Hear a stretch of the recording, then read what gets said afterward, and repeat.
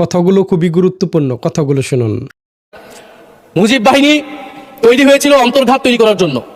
তারা অস্ত্র হাতে দেশে পাকিস্তান বাহিনীর বিরুদ্ধে যুদ্ধ করে নাই। তারা দেশে ঢুকে মুক্তিযুদ্ধের আওয়ামী লীগ বাদে অন্য যেই পক্ষগুলো রয়েছে তাদেরকে হত্যা করেছিল মাননীয় স্পিকার। ফলে মুজিব বাহিনী কিন্তু কোনো মুক্তিযোদ্ধা না বর্তমান আইন অনুসারে। কিন্তু এখানে অনেক মুজিব বাহিনীর কিছু লোক আছেন, তারা নিজেদেরকে মুক্তিযোদ্ধা হিসেবে বারবার জাহির করছে। ফলে আমাদেরকে এই ফারাকটাও করতে হবে মাননীয় স্পিকার। এবং মুক্তিযুদ্ধের পক্ষ বিপক্ষের রাজনীতি গত 50 বছর ধরে হয়েছে। আমরা এই সমাধান এখনো কেন করতে পারিনি মাননীয় স্পিকার? এর দায়ভার কে নেবে? বিএনপি কি নেবে না, যারা 29 বছর জামাতের সাথে রাজনীতি করেছে? একটা কথা তো এখন সবাই বলে, সাথে থাকলে সঙ্গী, না থাকলে জঙ্গি। বলে এটার দায়িত্ব ছিল তো ওনাদের, এই রিকনসিলিয়েশন তৈরি করা, এই প্রশ্নের সুরাহা করা। জুলাই গণ অভ্যুত্থানের পরে, স্বাধীনতার 54-55 বছর পরে জাতীয় সংসদে মুক্তিযুদ্ধের পক্ষ আর বিপক্ষ বলে ভাগ থাকবে, এটা তো মাননীয় স্পিকার আমরা প্রত্যাশা করি না। এটা এই প্রজন্ম প্রত্যাশা করে না। আমি মাননীয় স্বরাষ্ট্রমন্ত্রীর সাথে একমত পোষণ করি যে ইতিহাসের এই বিতর্ক আমাদেরকে সমাধান করতে হবে, একপাশে রেখে সামনের দিকে এগিয়ে যেতে হবে। এবং এটা সব পক্ষকে এটার জন্য দায়িত্বশীল ভূমিকা পালন করতে হবে। মুক্তিযুদ্ধ যেমন কোনো দেশের ষড়যন্ত্র না, আবার মুক্তিযুদ্ধের নাম করে এদেশে যে লুটপাট ফ্যাসিবাদ কায়েম হয়েছে সেটাও আমাদের ভুলা যাবে না মাননীয় স্পিকার। মাননীয় স্পিকার, জুলাই গণ অভ্যুত্থান সকলের অংশগ্রহণে হয়েছিল, এটা আমরা বারবার বলেছি।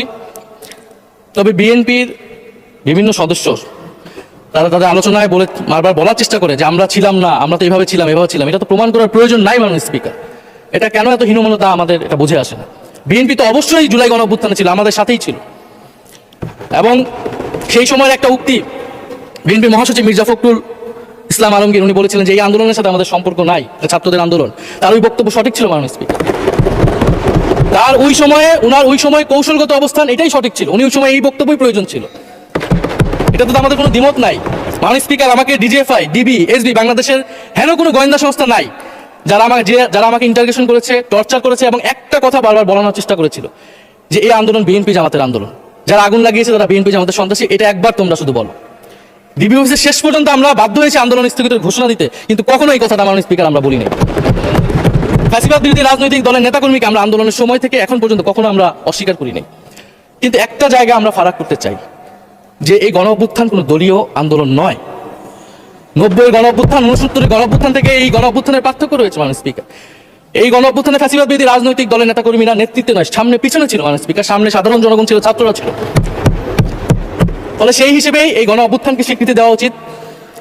এখন যদি বলা হয় যে অমুকের নেতৃত্বে এই গণ অভ্যুত্থান হয়েছে, আমাদের লোকেরা এই গণ অভ্যুত্থান করেছে, এটা মাননীয় স্পিকার এই গণ অভ্যুত্থানের সাথে যারা সাধারণ মানুষ নেমেছিল, যারা শহীদ হয়েছে, তাদের সাথে মাননীয় স্পিকার বিশ্বাসঘাতকতা করা হবে।